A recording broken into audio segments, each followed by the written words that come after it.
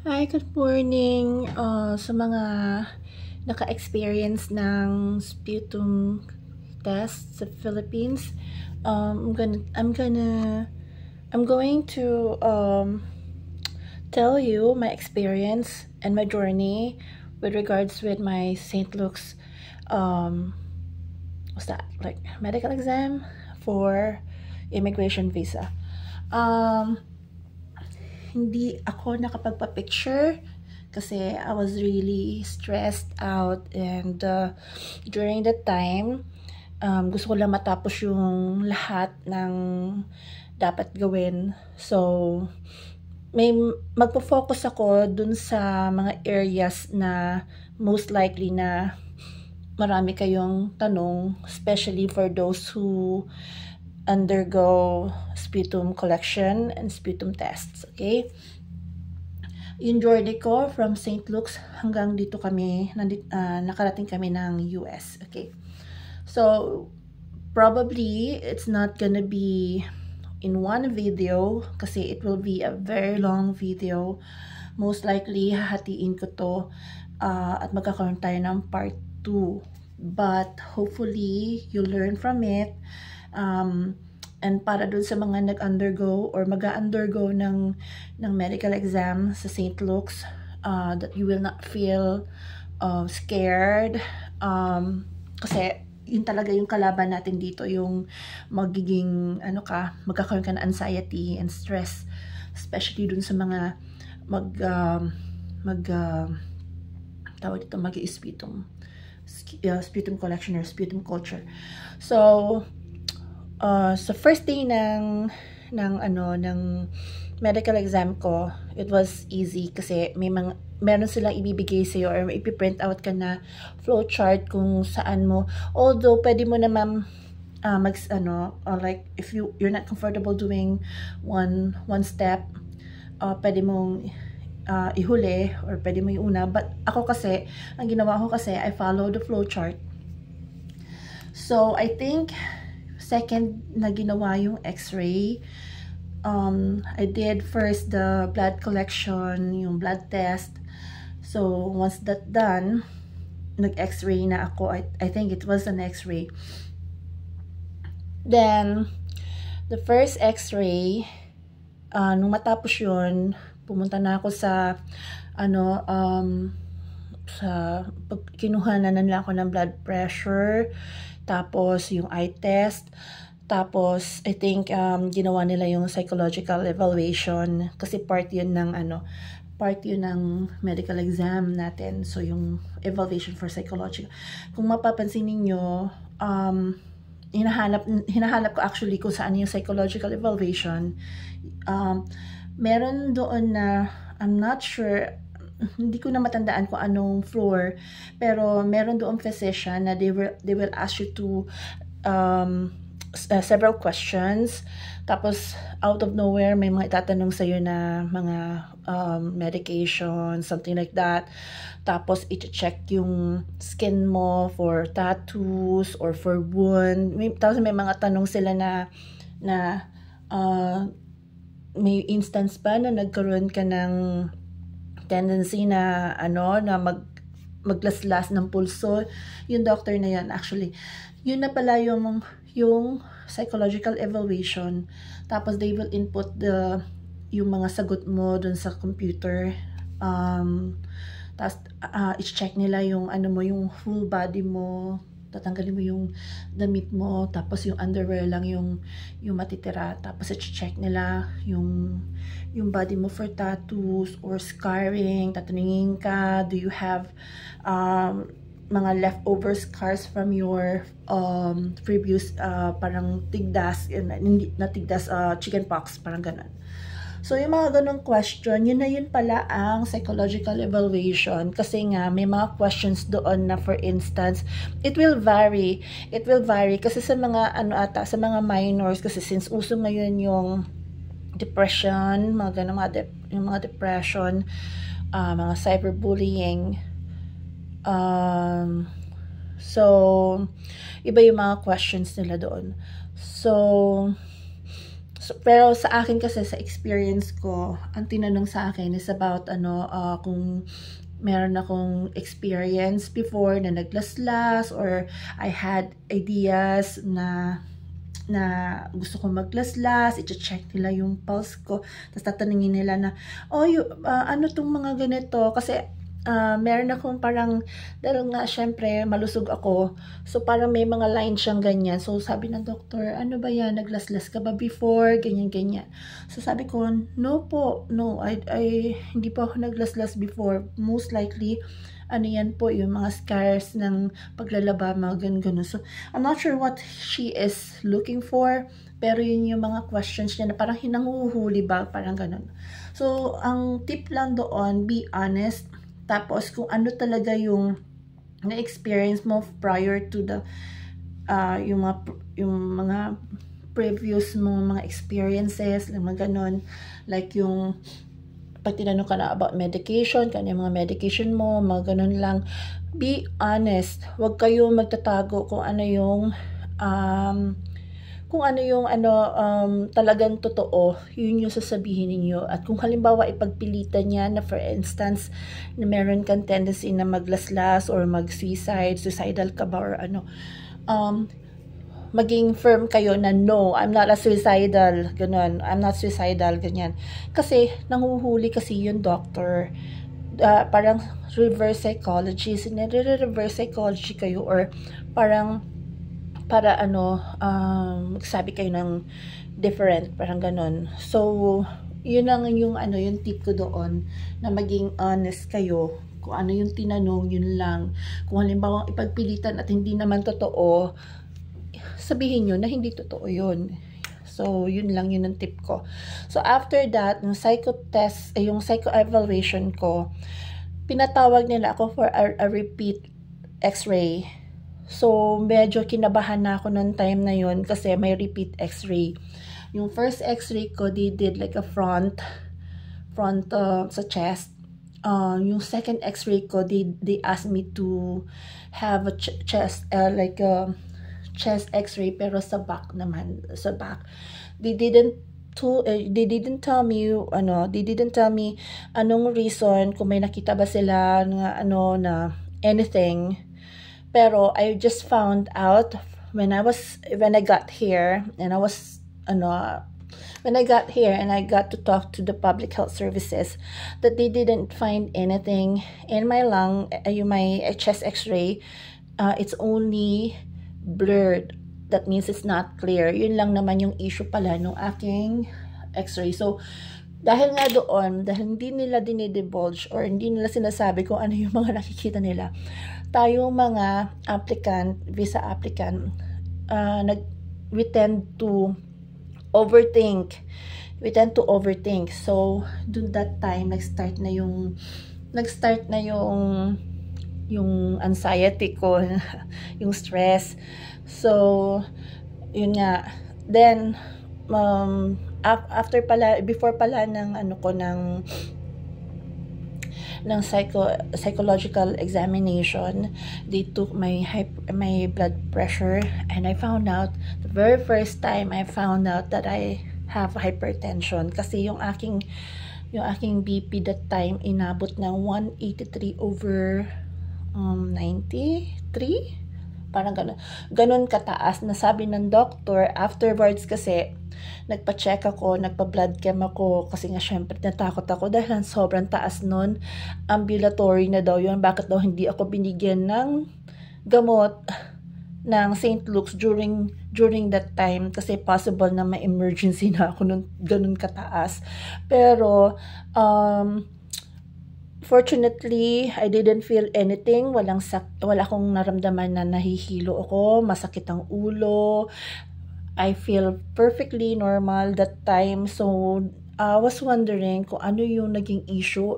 Issue ba yung blood pressure ko talaga, or yung kanilang machine? Kasi wala talaga akong nararamdaman. But then, dun sa blood chem ko, kasi after nung medical exam ko, nagpa-blood chem ako. And nagpa-BP din ako dun sa doctor outside ng St. Luke's. Kasi gusto ko talaga magpaano ng medication, in case na mataas talaga yung anything na may nakita sila sa blood chem ko, mataas yung cholesterol or anything na nagiging factor ng pagtaas ng aking BP. So, nakita naman nila na talagang tumataas talaga yung BP ko. Ang sabi ng doctor, possible daw is because of the stress na nararamdaman ko during the process. So, anyway, so yun nga yung bumalik tayo dun sa aking chest x-ray second time. So, they did my back, my chest x-ray at the back, so, napaka-uneasy nung time na yun na uncomfortable kasi you have to, yung liliyad ka para makuha nila yung actual na x-ray.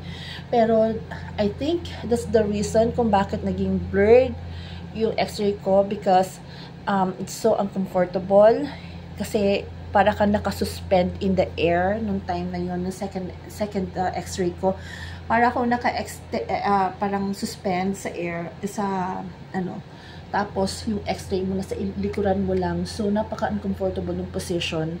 So, that time, after ng x-ray, they asked me to go to, I think, second floor. Pagdating ko doon, they told me I have to come back they gave me a white slip na meron siyang schedule for my sputum collection. So, they told me I have to go back for 3 consecutive days. Different schedule siya. Merong 7 o'clock, may 6 o'clock, may 9 o'clock. So, I need to be there early para mag-collect ng sputum. So, they asked us to not to eat or pwede ka mag-drink ng water. Do not, actually, I didn't even brush my teeth kasi nag-research ako about sputum collection. Kasi they said that it might affect the sample. So, it might affect the sample. It might contaminate the sample. So, hindi ako nag-toothbrush. Nag-fasting ako before ng sputum collection every morning for 3 consecutive days. On the 3rd day, they gave us a schedule. They gave us a schedule to come back on my 4th day. Dahil nga yung last day na sputum collection ko, nag-fall siya ng Friday. So, Saturday and Sunday, close yung St. Luke's medical extension. So, they asked me to come back on Monday, the next Monday. So, that was my fourth day. So, according to that white slip, yung result ng smear test ko will be released on Monday. I think it was medyo matagal-tagal. Hindi ko na matandaan, pero I think it was I had my interview June 18. May 30, I think. May 30. I can't even remember. Pero parang tagal-tagal na. So, my medical exam starts May 27, 28, 29, 30, the sputum collection. So, I think it was June 2 nang bumalik kami for my result daw kuno ng smear test. But when we came for the result, they asked us to go to, I think it was the 2nd floor. I can't remember anymore. I think they asked me to get a further instruction for my sputum collection. That was 4th floor or 3rd floor, something like that. Pero second floor yung pinapunta kami, and it was the floor for immunization. So during that time, nag-antay akong tawagin yung pangalan ko. Inaantay ko na ibigay nila sa amin i-release sa amin yung result ng smear test kasi yun na nakalagay doon sa slip. But walang nangyaring release ng smear test result. Tinawag na kami for immunization. Tinawag ako for immunization. So, ako kasi, curious ako sa nagtanong ako sa nurse kung ano yung ano yung saan ko kukunin yung result ng smear test. And the nurse told me that time, I still remember, she told me na wala nang release ng result because I'm negative anyway for my blood test and my smear test. So during that time, parang nabunutan ako ng hininga na ito lang ang tip ko sa inyo sa mga nag-sputum. Oo nga, minsan gusto mo makakuha ng information. Kaya nga lang kasi the more na nagbabasa ka ng the more na nagbabasa ka ng mga information like from different people, kasi different experience yun different experiences. It differs from one applicant to another or one patient to another. Kasi the more na nagbabasa ka ng mga experiences nila, baka mas lalo kang ma-stress. Kasi possible kasi na yung sayo hindi ganon. Naiintindihan niyo yon? So ang advice ko, refrain from reading any more result or any more posts or comments regarding the sputum experience nila, kasi baka mas lalo kang atakihin sa puso, mas lalo kang matakot. So anyway, so ganun na nangyari sa akin. So nung 4th day ko, sinabi ng nurse na wala sila nakita sa blood test ko, or they call it IGRA test. That's the blood test. And the smear test naman, they will get from your first collection, they will get a little bit sample of your phlegm from your chest, ha? Kasi pag sa sputum collection, hindi pwedeng kukunin mo sa ilong yung phlegm o yung sipon.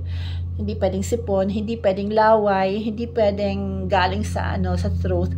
You have to you have to take it from the chest. Kaya kailangan deep breathing, tapos yun, you have to draw it from your chest, yung phlegm. Mahirap siya kasi lalo na kapag sa mga patients na wala namang ubo, wala kayong makukuha talaga, so that's difficult, pero kailangan gawin kasi doon talaga nila makikita kung meron ka talagang I think it's a bacteria TB infection yun. So mahirap siya in a way na masakit sa dibdib, masakit sa tiyan, lalo na kapag wala kang sipon, wala kang ilalabas. So pero kailangan mo talagang gawin.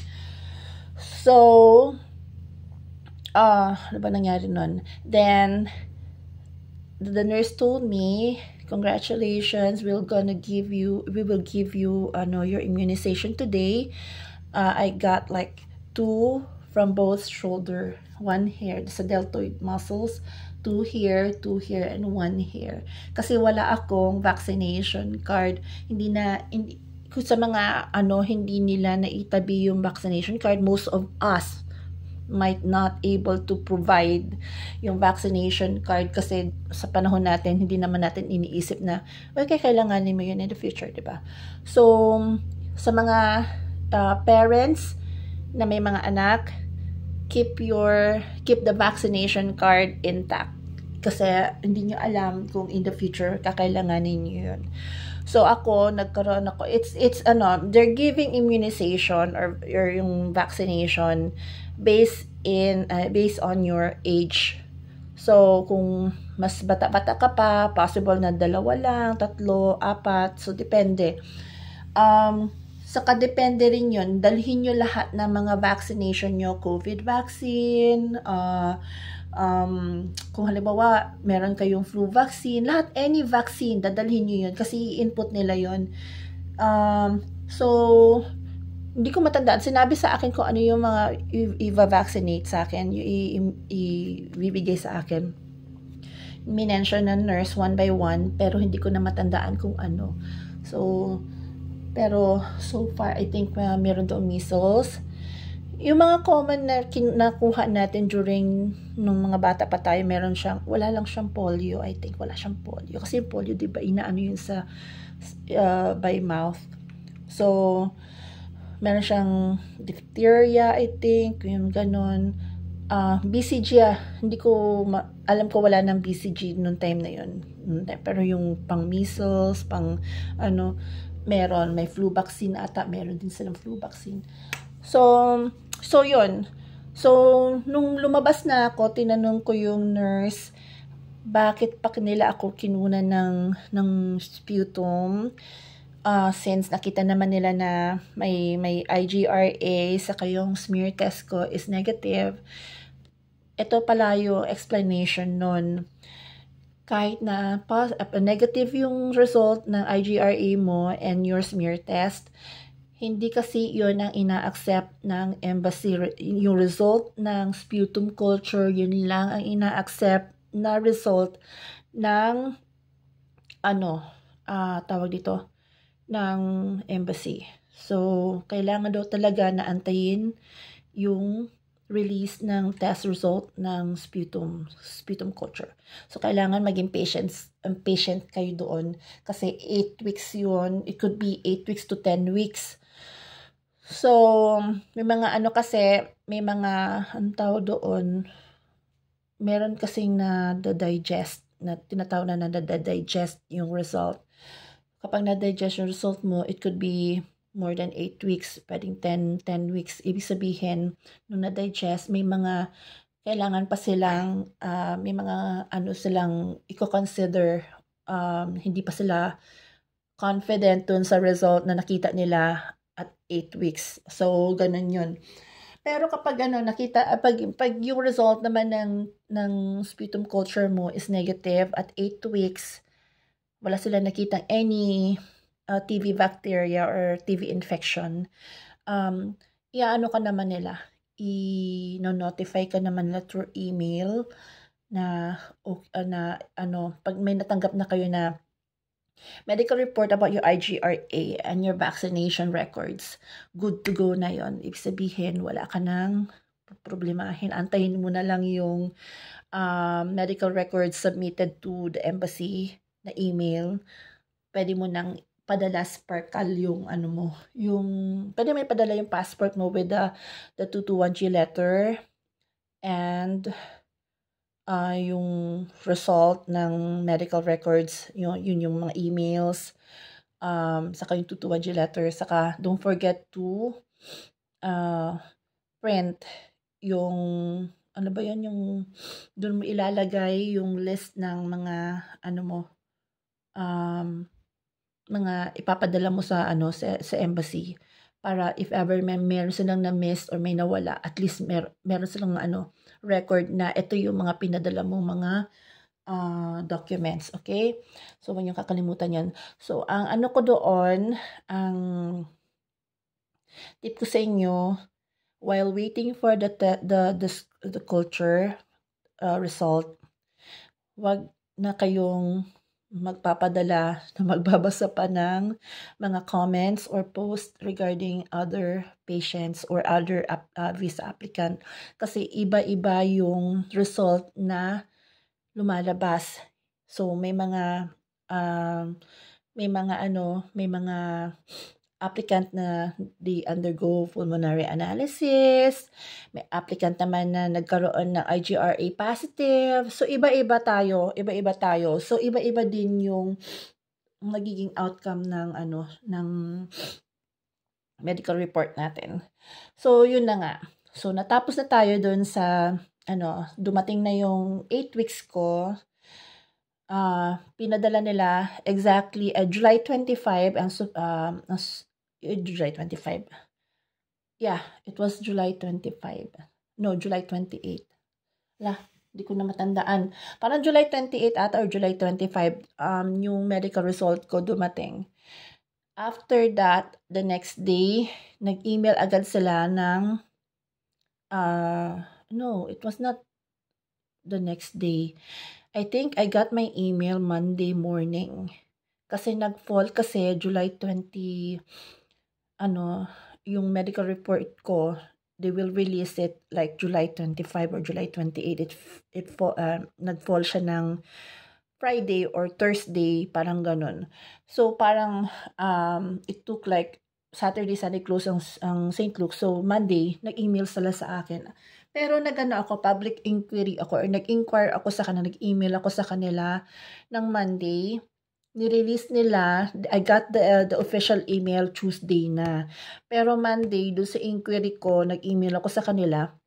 Tinanong ko kung regarding dun sa test result, yung result ng culture ko. And they said that, good na, okay na, wala nang po problemahin. So, they sent me the official email the next day. Tapos nung gabi, yung first submission of my medical records sa US Embassy, yun na yun.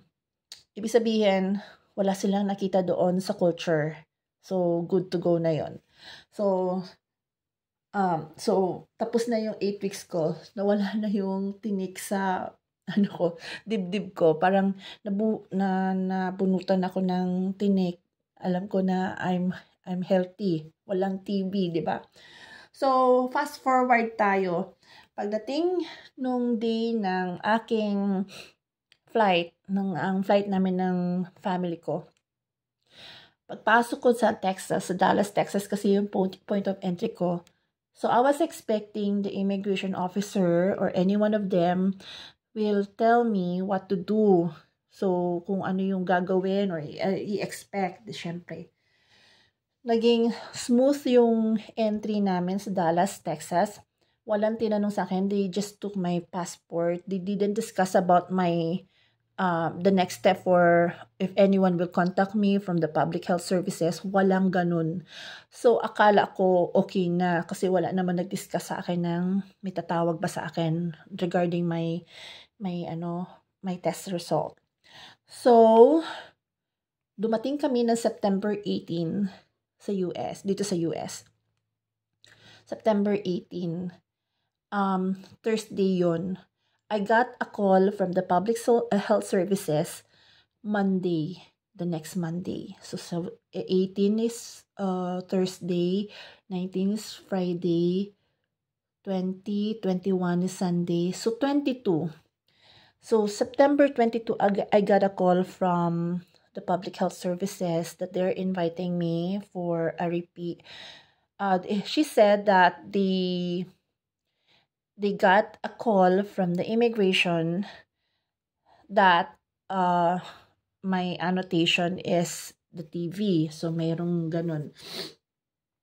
So, she told me that the result of my IGRA or my IGRA or my blood test and my smear test and my culture came negative. So, it is an only optional if I want to repeat my x-ray. So, ganun ang nangyari. So, sabi ko, do I need to do that? She said, if you just want to do it again, pero it's only an optional. So, I don't need to do it. Since negative naman yung result ng culture ko, negative yung IGRA ko and the smear test. So, I told her, kasi they didn't tell us or didn't send us the actual medical report. So, tinanong ko sa kanya kung may problema ba, ganun sa mga test result, ganyan. Wala naman daw, okay naman daw yung test result. Only the x-ray, kasi the x-ray, my 2 x-ray is not clear. Yun lang yung issue kung bakit ako nag-sputum culture. Dahil hindi lang clear yung aking x-ray. Apart from that, wala naman daw naging issue. Yung mga test result, walang naging issue. So, ganun. So, we decided, kasi sabi naman nung tinanong ng asawa ko how much it will cost if we will do the repeat x-ray. And dito sa South Carolina, okay ha? Sa mga taga South Carolina dyan, or pupunta dito sa South Carolina at nag-sputum culture or nag-sputum test, pag i-repeat yung mga test ninyo, yung mga lab test ninyo. I'm not sure ha, kasi nasa Lexington kami. Lexington yung county namin, or yung district namin. So, dito sa Lexington, South Carolina, wala kang babayaran. Wala kang babayaran even if you ask them to repeat your medical test, your lab test. So, we decided to do the x-ray kasi ngayon lang naman yung naging problematic. Since wala ka naman babayaran, saka para naman ma-confirm mo na walang issue yung ano mo, lungs mo, 'di ba? So, we scheduled even if we're not gonna do the repeat x-ray, we still need to go to the public health services kasi may mga itatanong silang i-interviewin ka with regards with your previous medical history. So they will invite you to come down and have an interview with them. Madali lang yun. So hindi wala pang 5 minutes actually. So, we scheduled our, di ko na matandaan, pero a week after kami nagpa-schedule. So, pagdating namin sa public health services, during our schedule, sinabihan na kami ng nurse na you don't need to repeat your x-ray.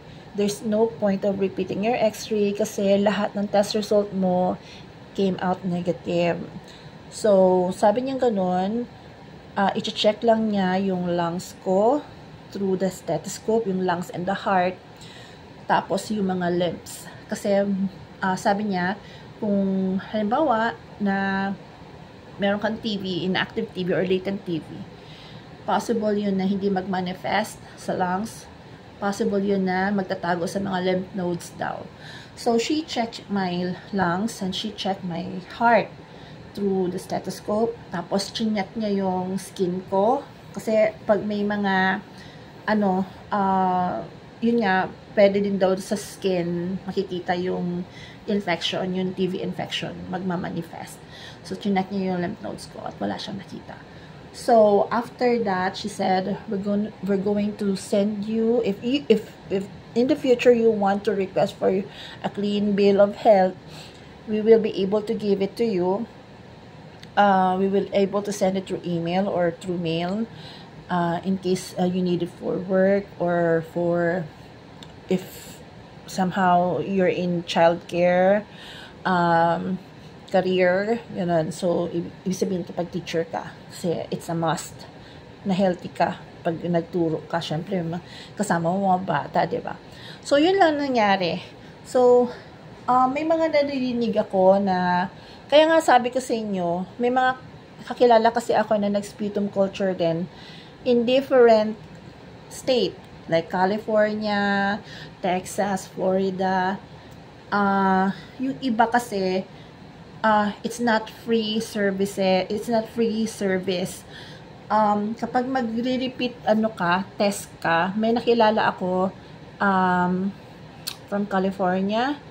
Ang nangyari sa kanya, they asked her to come back for IGRA and for repeat x-ray. Pero hindi na yung culture. I think hindi na pinagawa sa kanyang culture. She's in California, may bayad doon. So, meron din akong naririnig na kapag okay yung x-ray mo, may problema kasi x-ray, pero clear yung sputum mo, yung culture, clear yung tawag dito, IGR, the blood test, and the smear test. Hindi ka na nila tatawagan. It's in California din. So, yun na sinasabi ko sa inyo, iba-iba yung cases ng different applicant, ng visa applicant. Iba-iba din. At iba-iba din per state. So, you cannot compare.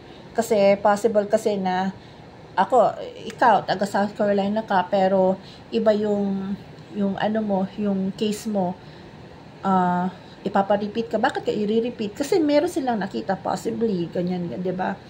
So, iba-iba. So, ang kagandahan lang nun, if ever they do your repeat test, huwag kayong kakabahan kasi confirmatory lang yon. Iko-confirm lang kung ano. Mas maganda na malalaman mo in early stage, malalaman mo if ever you need medication or treatment kesa naman sa huli pa na nakahawa na tayo, 'di ba? So, yun lang, huwag kayong kakabahan, huwag kayong matatakot kasi nandito na kayo. If ever nandito na kayo sa US, you have your family, you're with your husband, your whole family. Huwag kayong matatakot if ever na you need medication or treatment kasi nandito naman na kayo sa US noon, especially dun sa mga yung mga latent or inactive TB kasi hindi ka naman papapasukin ng US territory kung meron kang active infection. Ibig sabihin, meron kang symptoms. Okay? Yun pa, isa pa yun sa mga kino-consider sa mga public health services. If ever, like dito sa South Carolina, tinanong ako, may symptoms ka ba? May ganon. Tinanong yung mga symptoms, sinabi sa akin, meron ka bang cough? Meron ka bang phlegm? Meron ka bang chills? Fever? Nangangayayat ka ba? Obviously, hindi ako nangangayayat. So, pero that time, kasi nga, syempre, just sa Pilipinas, madalas tayong pagpawisan. So, pinagpapawisan talaga ako kasi hindi ako sanay sa aircon. So, pagdating dito, yung weather dito is different, yung humidity is different, kaya hindi ako pinagpapawisan unless mag-exercise ka, na kaya talagang i-force mo talaga na pagpawisan ka. So, yun ang ginagawa ko ngayon kasi from the moment na dumating kami dito, 2 days after, bumasok kami, wala akong sakit. Pagdating ng Thursday kami pumasok, pagdating ng Saturday, umpisa na yung ubo ko. Inubo ako, sinipon, nagkaroon ako ng sinus, congestion. Tapos, naging okay na siya during my medical exam. Kaya nga lang, it's so easy to get irritated sa throat. During the time na ina-examine ako, medyo pa ubo-ubo ako. Natatawa nga yung nurse. Sabi niya, it's okay. Kasi alam naman niya na it's not from the chest. Kasi iba yung ubo na yung active coughing. So, sabi niya gano'n, it's okay, maybe you just got irritated. Saka chinek naman niya yung lungs. Wala naman siyang narinig na, kasi kapag may plant ka sa lungs mo, may gumagano-gano, diba? Marinig sa stethoscope. So, yun, wag kayong kakabahan during your medical examination here in the US kasi nandito naman na kayo sa US, you have your family with you.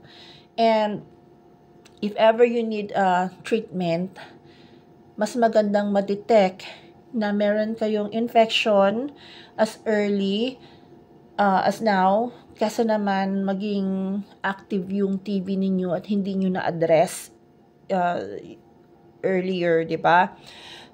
So, for those naman, huwag kayong matatakot if ever na they found out something in your test, halimbawa sa confirmatory test, kasi possible daw kasi na ang test result nyo, kaya nagkakaroon tayo ng confirmatory test is yung test result nyo, pagdating doon from St. Luke's, pwedeng mabago yun kasi possible na maging exposed ka recently sa mga may TB infection. Ginagawa nila yon kasi common kasi ang tuberculosis sa Philippines. So, yun ang reason nila kung bakit mahigpit sila sa Philippines, sa mga applicant ng immigration sa Philippines. Okay? So, yun ang doon. Hindi ka naman nila papapasukin or hindi ka naman nila bibigyan ng go signal para makaalis kung ang yung test result sa St. Luke's came out positive, kung meron sila nakita sa culture nyo. Pag nakita nila na meron kang TB sa culture mo, you will proceed to treatment 6 months treatment ata yun, parang ganun. Pero kung halimbawa, latent naman, kasi ang latent TB, hindi nakakahawa since wala naman siyang symptoms, okay? Makakahawa lang yun kung you start coughing, kasi nag-ano siya, nakakahawa siya through sa air, sa droplets na nilalabas natin kapag bumabahin tayo or kapag umuubo tayo. So, yun yung huwag kayong matakot kung halimbawa magkaroon ng confirmatory test. Kasi, hindi ka naman nila papapasukin ng US kung meron kang active TB. And if ever na makita nila in your confirmatory test na meron kang latent TB, much better na na-detect ninyo yun na mas maaga kasi sa huli. Kasi pwede kayong mag-treatment. I think ang treatment for latent TB is only for like 3 months. Yun. So, yun. So, mas magandang matitreat nyo na yung TB. Then, I think they will give you an immunization, a BCG. Yun yung ata yung doon. Another BCG para hindi ka na magkaroon ng TB infection. Or less likely na makakakuha ka uli ng TB infection. So, yun lang. Maging kayo, mag-pray kayo, na healthy kayo pag mag-undergo kayo ng medical exams sa St. Luke's. And hopefully, may natutunan kayo sa video ko. At na sana, yun, hindi kayo magkaroon ng stress and anxiety kasi nakaka-affect naman yun sa high blood pressure nyo.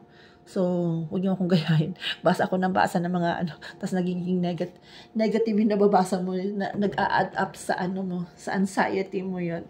So, yun lang ang tip ko sa inyo. Huwag na kayong magbabasa kasi most likely hindi kayo pareha. Hindi kayo pareha ng ibang applicant ng result. Okay? So, see you po. Next time naman, gagawa ako ng video regarding naman sa CFO.